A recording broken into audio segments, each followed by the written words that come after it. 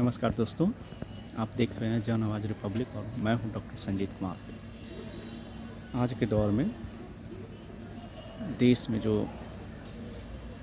दंगा हुए हैं, यूपी में जो दंगा हुए हैं, बहराइच में जो दंगा हुए हैं, वो घोर निंदनीय है। हमारे देश में दंगा करा करके युवाओं का भविष्य चौपट किया जा रहा है। जिन लोगों का अभी घर बर्बाद हुआ है वो दलित समाज, अति पिछड़ा समाज, ओबीसी समाज, माइनॉरिटी वर्ग से आते हैं, गरीब किसान होते हैं। जो धर्म के नाम पे दंगा कराया जा रहा है, इससे हमारे देश का जो विकास अवरुद्ध हो रहा है, इसके लिए जिम्मेवार कौन है? जिन लोगों का खून धर्म के नाम पे खौलता है, उन लोगों का खून विकास के नाम पे, शिक्षा के नाम पे, स्वास्थ्य व्यवस्था के नाम पे, रोजगार के नाम पे क्यों नहीं खौलता? हमारे देश में जो आज हमारे युवाओं का भविष्य चौपट किया जा रहा है, धर्म के नाम पे उकसा करके, इसके पीछे कौन लोग हैं? हमारा देश सदियों से वसुदेव कुटुंबक का भाव रखता आया है, लेकिन कुछ वर्षों से हमारे देश को धर्म के नाम पे उकसा करके उनका जीवन बर्बाद किया जा रहा है। हमारे देश में युवा, किसान, SC ST OBC माइनॉरिटी के लोग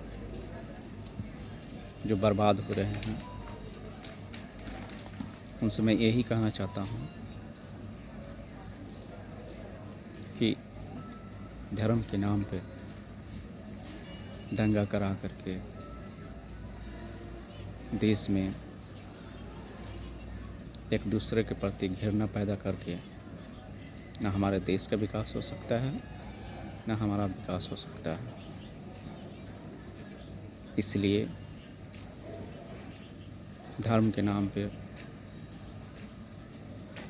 खून जिस लोगों का भी खौलता है, उन लोगों से आग्रह करना चाहता हूँ कि आप रोजगार के नाम पे,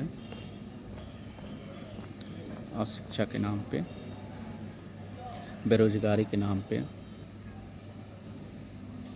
चुप बैठे रह रहे हैं। सरकार आपको धर्म के नाम पे उकसा करके अपनी कमी को छुपा रही है, आपको उकसा करके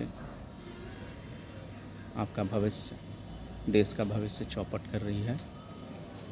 तो इसलिए अभी सोचने समझने की समय है। तमाम युवाओं से मैं कहना चाहता हूँ, SC ST OBC माइनॉरिटी वर्ग के लोगों से भी कहना चाहता हूँ कि ये धर्म का जो नंगा खेल चल रहा है, इसके झांसे में ना आए। आप अपने हक अधिकार की लड़ाई लड़ें, उच्च शिक्षा के लिए लड़ें, स्वास्थ्य व्यवस्था के लिए लड़ें, बेरोजगारी कैसे दूर हो इसके लिए लड़ें। सरकार को अपनी बातों से जवाब दें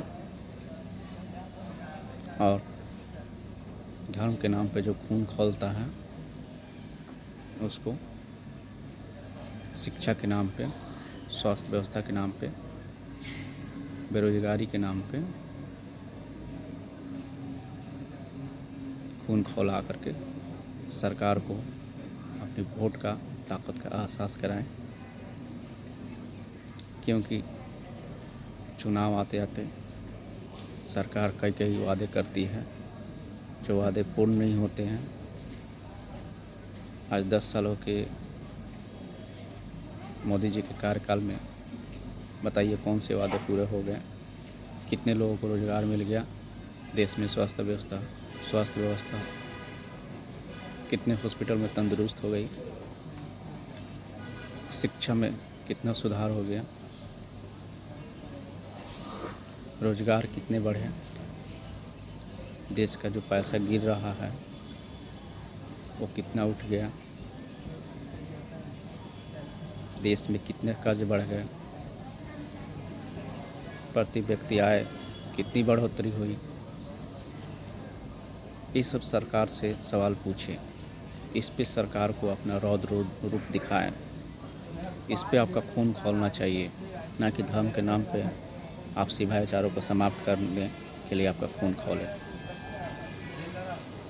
ये धर्म के नाम पे खून खौलना जिन युवाओं का चालू होता है उनका ज़िंदगी बर्बाद हो जाता है, साथ साथ उनके परिवार का भी जो क्षति होती है उसकी भरपाई कई वर्षों तक नहीं पूरा हो पाता है। और देश में जो माहौल आ जाता है उससे सरकारी संपत्ति नष्ट होती है, उससे सरकारी संपत्ति नष्ट होने के साथ साथ हमारे देश का जो प्रगति का राह है उसमें बाधा हो जाता है। इन तमाम बातों के साथ मैं अपनी वाणी को विराम देता हूँ।